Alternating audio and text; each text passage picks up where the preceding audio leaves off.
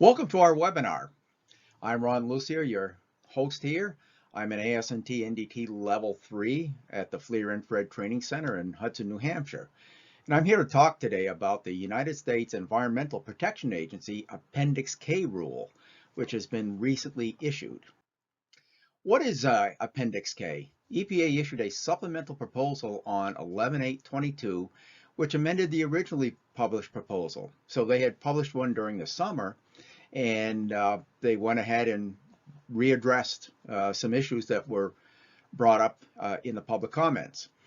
Some major topics in the regulation are the performance of infrared cameras, training of personnel, developing operating envelopes of surveys, developing monitoring plans, and of course, record keeping. Where does this Appendix K apply? It applies to gas processing plants only. And here's a direct quote from the EPA. The scope, the specific component focus for the surveys is determined by the referencing subpart, end quote. The only reference subpart is natural gas processing plants. All other parts of the oil and gas supply chain are covered by 40 CFR 60.5397B, Quad O-A, and Quad O-C. We'll talk about both of those a little bit later. And it's likely that this regulation will eventually apply to chemical and petroleum plants in the future, basically everybody who produces volatile organic compounds. Now, the EPA had significant concerns. There's a long history of optical gas imaging. The first commercial cameras were available in the year 2005, as was the training. I was fortunate enough to be able to write and present the very first optical gas imaging course for industry. And since then, the cameras have changed considerably. There are more camera manufacturers out there. There's excellent performance, a range of features. But the EPA is concerned to make sure that every camera manufacturer can meet the conditions for successful operation. So they define how the camera shall perform. We'll talk about that later. They're also very concerned about OGI camera operators, and this comes into the qualification of an operator. So they're going to mandate a performance audit frequency, and that shall be quarterly to verify that the inspectors remain qualified. Also, OGI monitoring requirements, specifying a dwell time to account for scene complexity. Now, what is a dwell time? That is the amount of time that you look at a component at a given angle. And so they're concerned that some inspectors are inspecting too quickly and missing leaks, particularly small leaks. So they're mandating certain requirements that the inspector must meet in order to assure that all the leaks have been detected. Also, the length of the survey period. The EPA is concerned that given the above, inspectors may get fatigued and miss leaks or components. So they're going to be limiting the amount of time that an individual inspector can inspect without taking a rest break. Also, they're maintaining that the operator must assure that there's a delta T of at least 5 degrees Celsius, which is 9 degrees Fahrenheit, between the background, the area behind the gas, and the gas itself. So the gas will be assumed at local ambient temperature. So all of these are significant concerns and are addressed in the Appendix K. Now, the first one we want to talk about here is OGI camera performance. And I have some direct quotes here that many of the direct quotes are highlighted in blue here. So 1.2 scope, this protocol covers surveys of process equipment using OGI cameras in sectors where the majority of compounds in the emission streams have a response factor of at least 0.25 when compared to the response factor of propane, and can be imaged by the equipment must be capable of detecting or producing a detectable image of. Now, what is a response factor? A response factor can be used to characterize the relative sensitivity of one compound versus another for the same measurement instrument. And that goes way beyond optical gas imaging. The calculation and use of response factors provides an understanding of which gases can be imaged and those which cannot. In general, using a response factor of less than 0.25 makes imaging that particular gas very difficult to impossible. And all response factors are calculated relative to propane, which has an RF of 1. Now, if you go to the nice folks at providencephotonics.com, you can download the response factor chart. They did a tremendous amount of engineering and research, and they have several papers that are published on this. So you can learn which of the 500 or so compounds that they have on their chart will be successfully imaged with a mid-wave optical gas imaging camera. So that's the particular gases. Now, what they need to do is, or want to do, is they want each optical gas imaging camera meeting the following specifications. So they say this is required. So any camera manufacturer must meet these requirements. Now, this testing can be performed by the owner, by the operator, the camera manufacturer, or a third party. So they leave this open to individuals creating their own, individual companies creating their own lab facilities and verifying that the cameras can see methane emissions of 17 grams per hour or less, and either butane emissions of 5 grams per hour or propane of 18 grams per hour. And this has to be done at a viewing distance of 2 meters and a delta T of 5 degrees Celsius, which again is 9 degrees Fahrenheit temperature change, in an environment of calm wind conditions around 1 meter per second or less. And so these are the general testing requirements. Now, this is a departure from the previous Quad OA rule. In Quad OA, and in the greenhouse gas rule as well, the EPA mentioned a requirement for camera manufacturers to be able to detect a 50-50 mixture of methane and propane diluted to 10,000 parts per million, which is 1% by volume. So when the testing was originally done by the camera manufacturers, 99% of the leak was nitrogen, which the cameras cannot see, and 1% was that 50-50 mixture of methane and propane. And all the camera manufacturers are able to do this. Now, changing this makes a lot of sense, as the product and pipelines are not typically diluted. There would be no financial benefit for a manufacturer to go ahead and dilute their natural gas. That would require 100 times the flow to deliver to our customers. So this makes a lot of sense. Now, there are several international laboratories available for independent verification, but it's the responsibility of the manufacturer and the owner and the operator to provide accurate information to the EPA if requested. Now, another thing that they address here is camera calibration and maintenance. The optical gas imaging cameras do not need to measure temperature accurately. What we see here on the right is a calibration room, a FLIR calibration room, and those are for temperature measuring cameras. So in paragraph 7.1 of Appendix K, it says the camera does not require routine calibration for the purpose of gas detection. That's true. But may require calibration if it is used for thermography, such as with delta T features. Operators should follow manufacturer recommendations regarding maintenance and calibration as appropriate. Now, that is a bit contradictory. EPA states that there should be an adequate delta T for testing and field inspection, yet states the camera does not require calibration. Now, calibration is a misunderstood term. Users can temperature calibrate their own cameras provided they have an accurate temperature reference, which as you saw on the previous slide, is a series of black body sources rather. Okay, if the camera is out of calibration, the user cannot adjust that camera. Only the manufacturers have that capability, but there's nothing preventing an individual user from verifying that their cameras can accurately measure temperature. Now, would the delta T be different if the camera was out of calibration and needing adjustment? Well, we can't say for certain. That really depends on the temperature calculation algorithm and the calibration function. But in general, the cameras don't go out of calibration by a small amount. It's usually a large amount. And testing that we have done, if even with a camera out of calibration, you're still able to verify that there is an adequate background.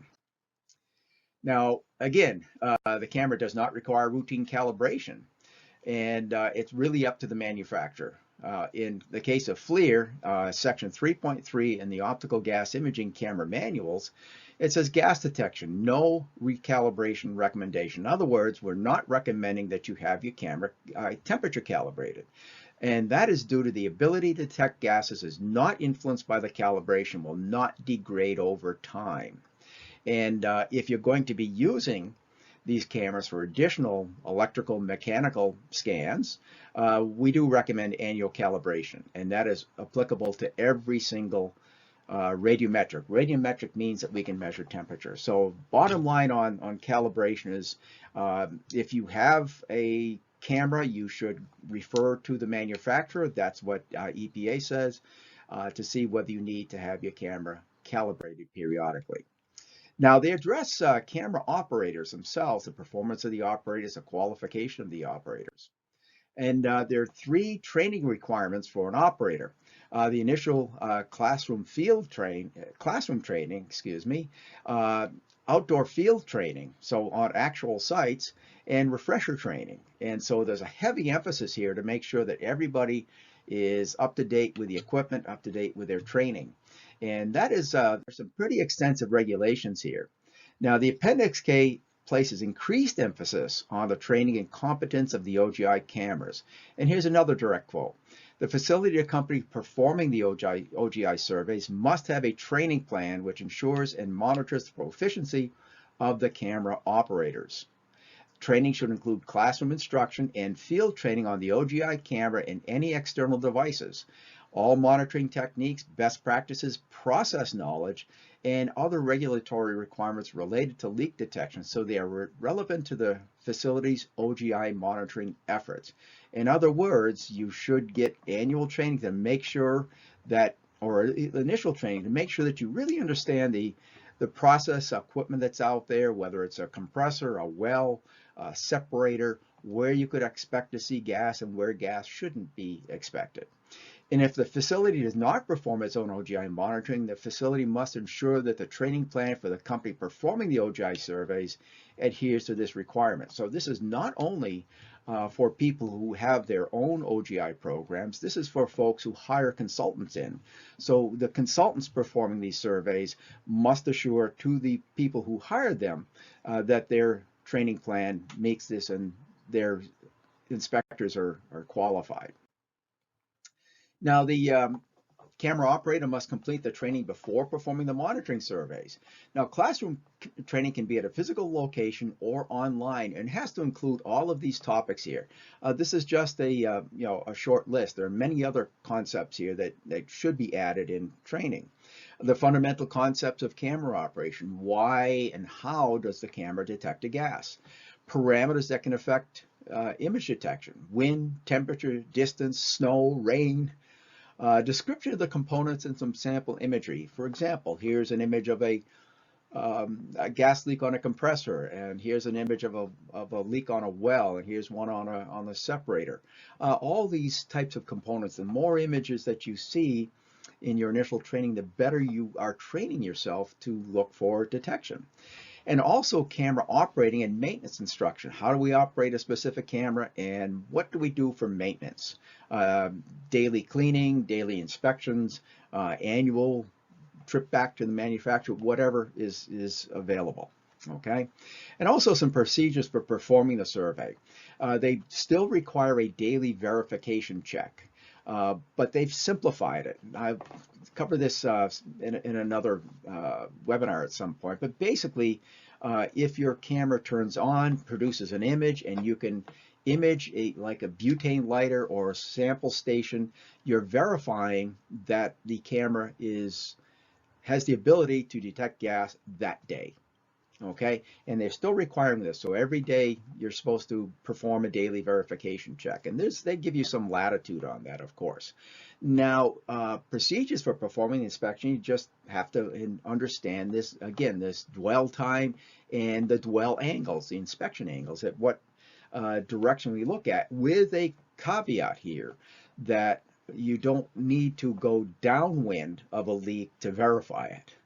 And again, with safety being the #1 priority for operators, look upwind, slightly crosswind, or maybe but slightly downwind, but completely avoid being in the plume of the gas for obvious reasons.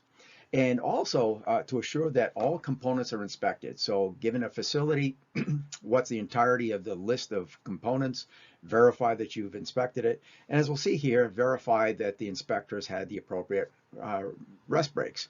Also part of classroom training would be record keeping. You know, how do you keep your records? How do you store your videos? How do you verify individual components? How do you prove that you were there and you actually performed the inspection? And also some common mistakes. And one of the bigger common mistakes is seeing heat waves coming off the surface of a hot pipe or hot compressor. And just recognizing that that is a convection pattern and not reporting that as a leak. Leaks will come from joints, they will come from mechanical connections. But if you get really, really hot components to look at, these cameras are so sensitive that you do see the heat waves coming off that particular component. And also regulatory requirements. What are the daily, what are the local regulatory requirements, as well as the EPA? So the OGI cameras must attend an annual biennial every 2-year classroom training refresher. This refresher can be shorter in duration than the initial classroom training, but must cover all the salient points necessary to operate the camera, monitoring plans, best practices, maybe even a rewind of what did we find in the past couple of years and what did we learn in the past couple of years. Now, the EPA does not mandate how long this training could be, just that the individual person has to take it, every operator. So the refresher training can be at a physical location or it can be online. And there are extensive requirements for field training, and this is where there's been a big deviation from the prior greenhouse gas Quad A rules. Field training will require a senior camera operator. And the senior camera operator is defined as somebody who has conducted OGI surveys for a minimum of 1,400 hours over the entirety of their career. Now, if you're doing this on a day-to-day basis, on a daily basis, certainly there are many folks out there that would qualify as a senior camera operator. Now, that also has to include at least 40 hours in the past 12 months, and they have completed or developed a classroom operator training as defined in Section 2. And in, the hours spent by these camera operators performing comparative monitoring. So this is where the field training comes in. So the senior OGI camera operator, either as part of their initial training, retraining, or auditing of other camera operators, can be included. So that's, so if you're spending 40 hours a quarter training or verifying other folks, that counts, okay? And so again, this is a summary of just some of the field experience here. Now, there are provisions for current OGI operators with previous experience. And if you have had any sort of training course in the past, you are grandfathered in for that classroom training, but again, this is good for 2 years. Now, the field training still needs to be required, it's still required, and it can be done via initial field requirements or the retraining, depending on your experience. No biennial classroom training is required if the classroom was taken 2 years before Appendix K is finalized. So here's, again, another grandfather scenario. And inactive operators can retrain in lieu of the initial training. So if you performed OGI and then you stop and you're getting back into performing OGI, you can just do the retraining rather than taking an entire course again. Now, the initial field training, that is a minimum of 3 survey hours with OGI where the trainees observe the techniques and methods of a senior camera operator. A minimum of 12 hours where the trainee performs the initial survey. So the first part is you're an observer. The second part is you're being observed by a senior camera operator. And the third part, a minimum of 15 survey hours where you go out and perform the inspection independent of a senior camera operator, and they review your work. Okay, so this will, in EPA hopes will make sure that the absolute best, most highly trained and competent inspectors will be out there. Now, there should be a final monitoring survey test of at least 2 hours, and a senior OGI camera operator follows behind. And so, as part of the field training, what this says is basically go out, you do a 2 hour survey, and a senior OGI person follows right behind you at some point. And if there are 10 or more leaks identified by the senior OGI operator, you should be able to detect at least 90% of them. You can miss no more than 10%, 1 out of 10, okay? And it says here, missed persistent leaks. Now, these would be constant leaks as opposed to the transient leaks, these little leaks that will appear, they disappear, they appear, they disappear based perhaps on the position of a valve, of a control valve. So they do recognize that. And if there are less than 10 leaks, you are required to find all of them. So if the senior OGI operator finds them, you are required to them. If you fail the final test, the test may be repeated. And after the senior OGI camera operator provides instruction and feedback on performance improvement. Now, performance audits, again, this is a deviation from Quad O-A and the greenhouse gas rule. All camera operators must occur on a quarterly basis with at least 1 month between 2 consecutive audits. So they're requiring a performance audit for everybody to make sure that you are following all the procedures, okay? And they must be conducted according to one of the following procedures, either a comparative monitoring, and that's, again, like your initial field training. And that's near real time. It's where the senior camera operator follows behind and makes sure that you found all of the leaks. Or a video review. The camera operator being audited must submit unedited and uncut video footage of their OGI survey technique for review. And so again, quarterly audits for everybody. If the camera operator does not achieve the detailed benchmarks, then you have to go ahead and be retrained. Now, the comparative monitoring, a senior OGI operator will conduct a survey of at least 2 hours in the same area to ensure that no persistent leaks were missed.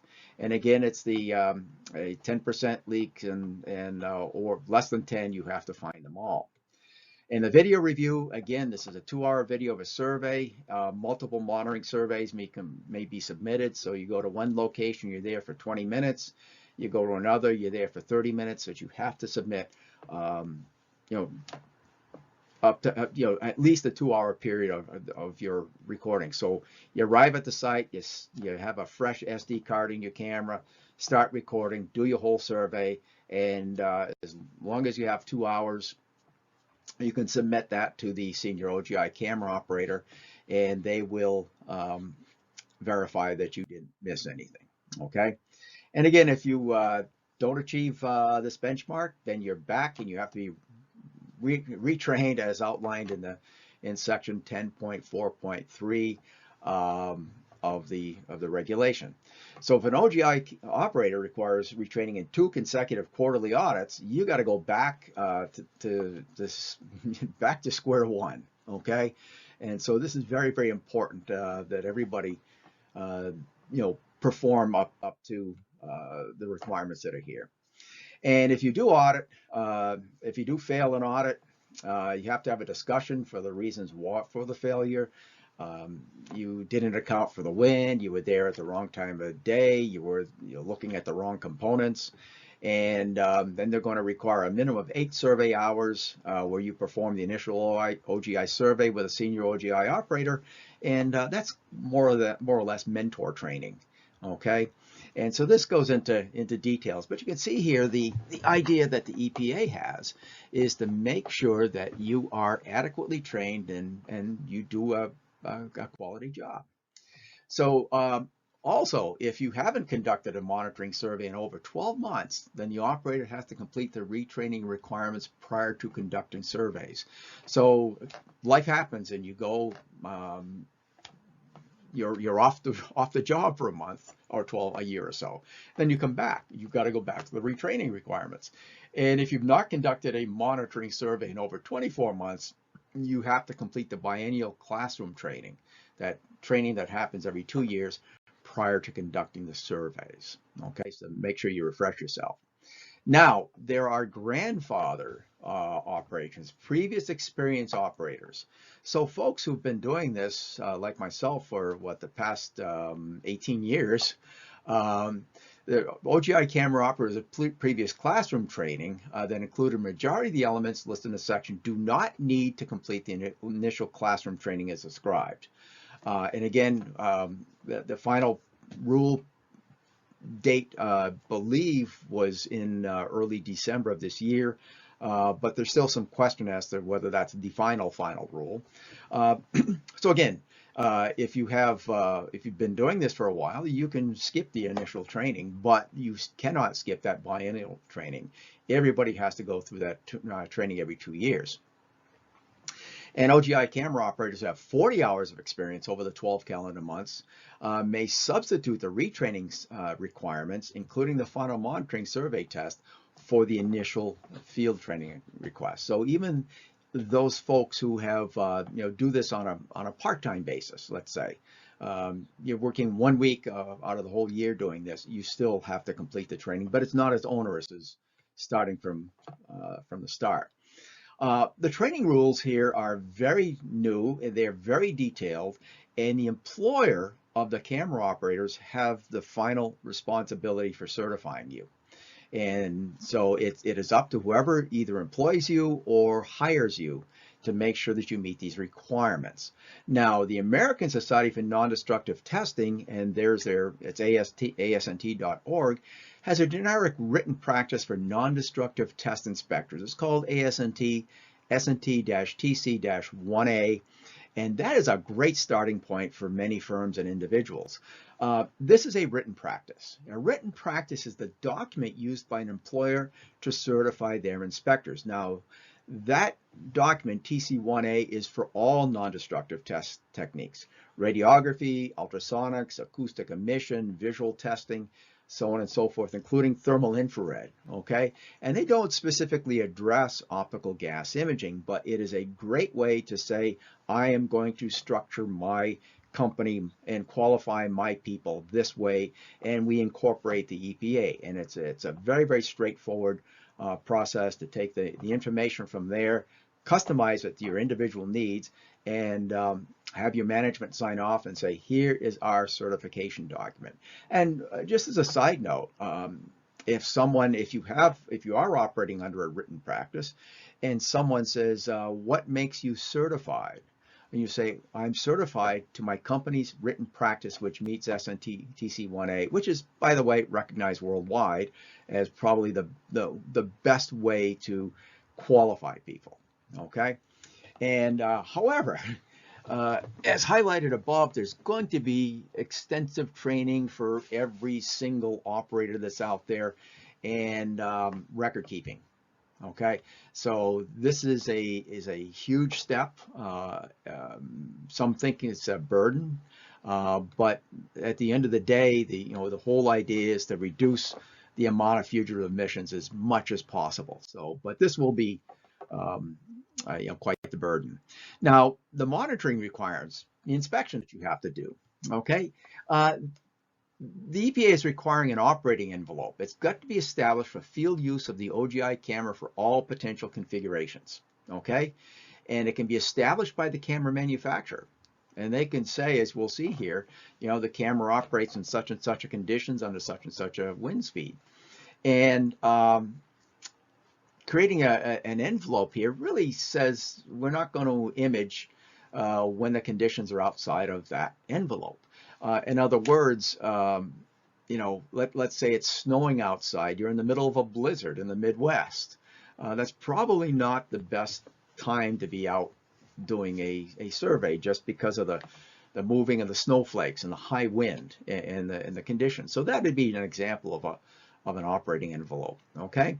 And it must be confirmed for all potential configurations, such as the high sensitivity mode. So high sensitivity mode enhances our ability to visualize cloud motion, and cloud motion caused by a fugitive emission. If you have more than one lens, if you have a telephoto lens, if you have a wide angle lens, you have to have a operating envelope for that. And also, many people prefer to have their cameras handheld.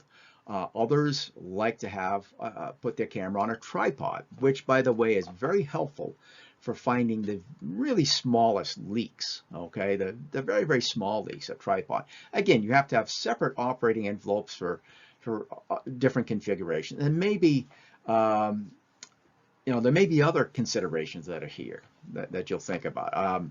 Aerial or SUAS configurations if you're using a drone, fixed mounted inspection. So there's got to be a separate operating envelope for each and every one of those.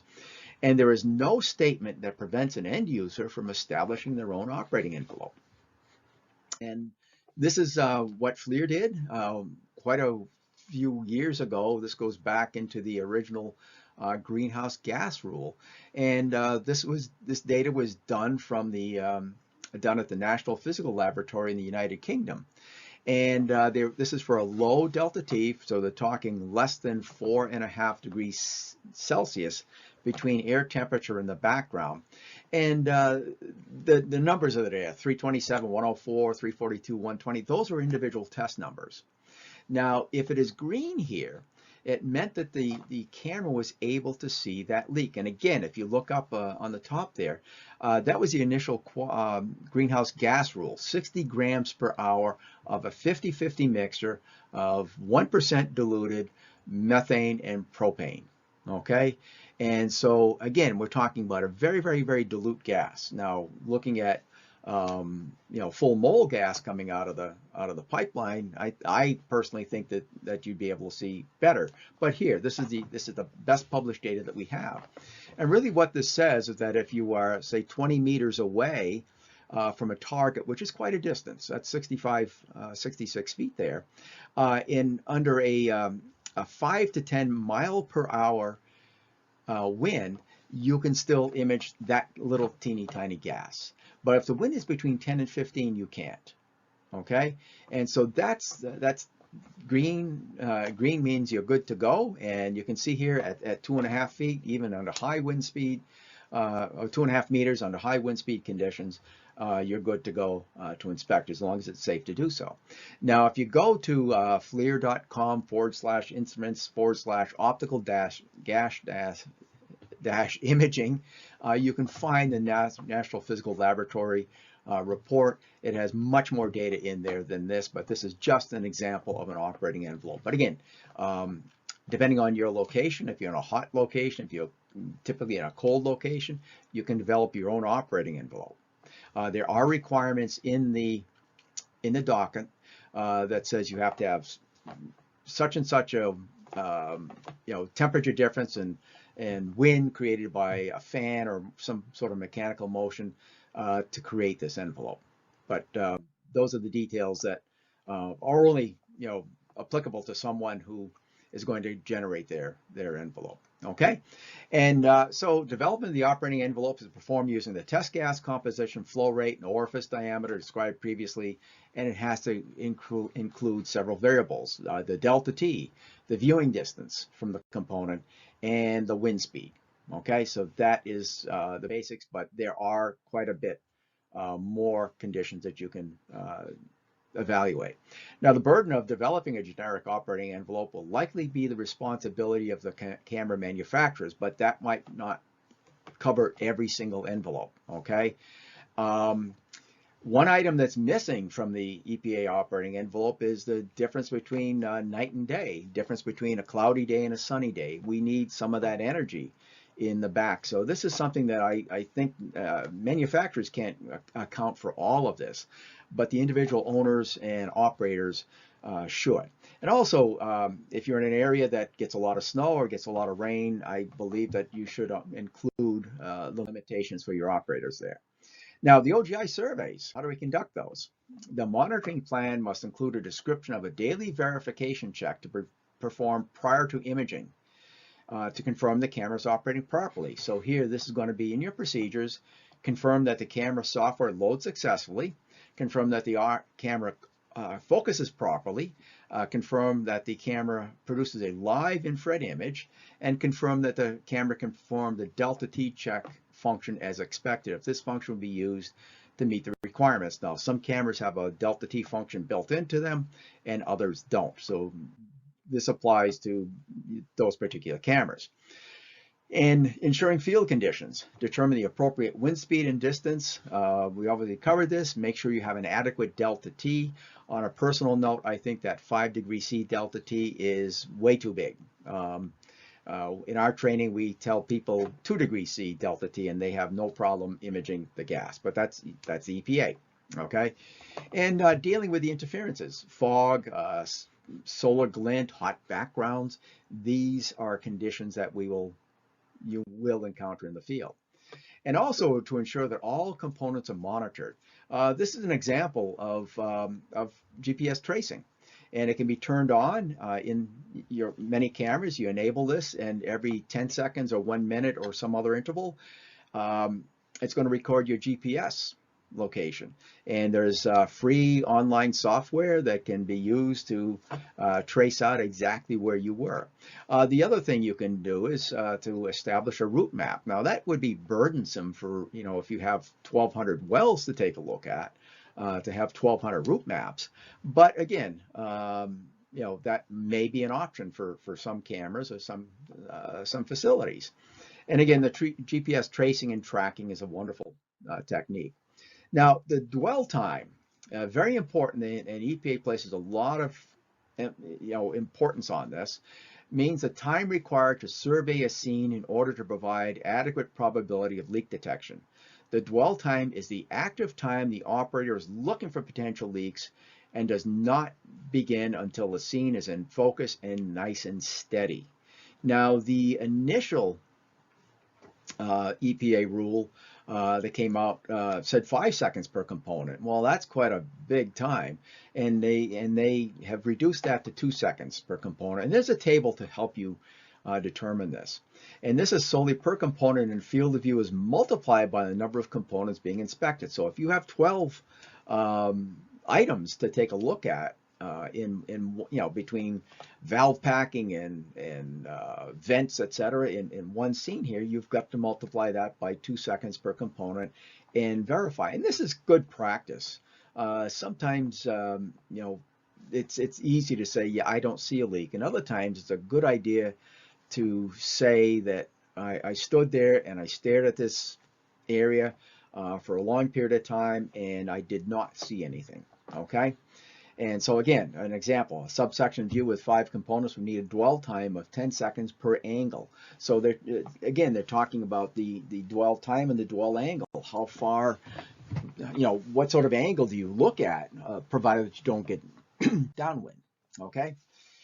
And avoiding fatigue. If a camera operator should not survey continuous for a period of more than 30 minutes without taking a rest break. And this was a subject of a lot of public comments. But again, this is very time intensive. This is very, you have to concentrate a lot when you have an IR camera, looking, maintaining your safety, etc. So this can be, this can be a good thing, etc. So if the survey continues to more than 30 minutes, the operator must take a break of at least 5 minutes after every 30 minutes of surveying. So you go an hour and steady, you've got to take a 10-minute break. You go 2 hours, you got to take a 20-minute break, etc. Okay? And operators can complete tasks related to the monitoring survey, such as documentation during the 5-minute rest break. And so long as you're not actively imaging components. Eye fatigue is one of the big things, okay? Particularly if in a hot, dry area and your eyes are drying out. This is really what they're addressing here. It's a human factor.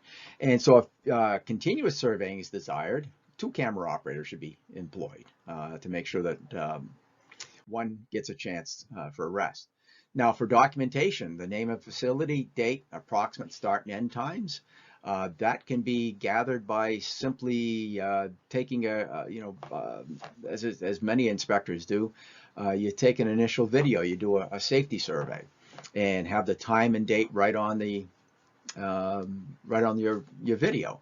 And so I got here, and this is what it looks like, and then you do all of your detailed inspection, and at the end of the survey you go, okay, here's what it looked like when I left. And so now you have your start and your end times for your survey. And if surveys are more than 4 hours, record the weather conditions every 2 hours, which can be, hey, it's nice and sunny and calm and 72 degrees, or you can gather data from a handheld portable weather instrument. It's up to you. And now documenting the fugitive emissions. If no emissions are found, no footage is required. And that is a really important statement. And that mirrors what EPA basically said in Quad A. If you meet all of the conditions for a gas leak and you do not see a gas leak, there isn't one there. Okay, and so as long as your camera's in focus and you got the delta T and you meet all the requirements there, you don't have to record it. Okay, so there's no need to go into a facility and do a start and end recording except to document your qualification, your quality assurance audit. However, if a leak is found, capture either a short video clip or a photograph. And if the leak is not immediately repaired, it has to be tagged with a date, time, location of leak, and identification of the component, or a full video of the monitoring survey must record it. So some folks opt to turn the camera on when they get into a site, and they don't shut it off until they're done imaging that section or imaging an individual component like a large compressor. Okay, so they give you a couple of options here, but many folks go out and they find a small leak and they repair it. And it says here, if the leak is not immediately repaired, it must be tagged. Okay, so you have to document the leak and then you repair it. But once it's been repaired, unless you have something internal, you do not have to tag it. Okay. So the quality assurance video for each OGI operator, at least once each monitoring day, a minimum of 5 minutes long, to document the procedure the operator uses to survey, the dwell times, the angles, the distances, the background. And you can use one of we're looking for fugitive emissions to make sure the video is at least 5 minutes, and you do it once a day. Okay, I would say do it again if the weather conditions change significantly, like you went from bright sun to now it's lightly raining. Okay, and your monitoring plan must describe the process that will be used to ensure the validity of the monitoring data. So you've got to have sign-offs, you've got to have periodic comparative monitoring using a different camera operator or other due diligence procedures. You do the work and then you hire in a consultant firm and they come in and they verify what you found. Record keeping. Records have to be kept for 5 years in hard copy or electronic form. And everybody seems to be storing everything in electronic forms these days. The cloud storage is relatively inexpensive. And the facility must maintain the following records in a manner that is easily accessible to all OGI camera operators. And again, they have to be performed, these records must be retained for as long as the site performs OGI surveys. And, again, so that's above and beyond 5 years. And you've got to have the complete site monitoring plan with all the elements and the OGI camera operating limitations, plus all the results. Okay? And all data supporting the camera specification, confirmation, and development of the operating envelope. This is important to make sure that everything is documented. This is how we developed our operating envelope. This is how we are meeting it. Okay? And this is you ensure that the camera specification, whatever the manufacturer says the camera is doing, basically, you have to ensure easy access to these records and make the records available for review by the EPA administrator. And the training plan. This is going to be, again, quite burdensome because every owner operator must ensure that the plan for the company performing the OGI surveys adheres to the requirements of Appendix K, and to make sure that everybody that is performing those meet Appendix K as well. Okay, and again, you have to have your plan available if requested by the EPA, and make sure everybody has easy access to the plan. And training plan per operator. Okay, it would be a good idea to record and copy and store in several different places your own training records. Okay, when you were trained, what the subject matter was, etc. Again, the same requirements as the previous one. And these records have to include the date of completion of the initial classroom training, the date of the past final site survey test, that's the field training test by the senior camera operator, number and date of all the surveys performed, whether they were training or you're really doing it for your regular line of work. Date and results of the quarterly performance audits, date of the biennial classroom training, and documentation to support previous user experience. Okay, and so there's a lot of record keeping that's involved here. The surveys, again for record keeping, you need to do a daily verification check. Okay, make sure your camera is still imaging gas. Identification of the site surveyed and the survey date and start and end times, camera operator, weather conditions, video footage of the photograph or any leak detected, daily QA verification videos, and the GPS coordinates for the route taken, or at least the GPS coordinates of the site. Okay. Again, what they're talking about for the route taken, that would be using that GPS tracing, which is available in many infrared cameras. Camera records, maintain calibration records. If you are going to calibrate your camera for temperature, identify that. If the facility does not perform its OGI monitoring, the owner or operator must be able to easily access all the records and make them available. So if you are hiring a consultant to have your optical gas imaging survey done, they have to provide you with the camera records, the training records of all the individuals if the EPA requires it. Okay, just a short summary here. That's pretty much the webinar here. I just want to say a couple of words. The EPA is attempting to introduce practical quality assurance, quality control procedures to make sure that the maximum fugitive emissions are being reduced. That is the goal of this, okay? We all have to breathe the air. There's no incentive for a producer to leak gas. And so to me, this is a win-win for everybody. However, there's a real added burden here. There's a lot of burdens here, particularly with the training and record keeping. And getting your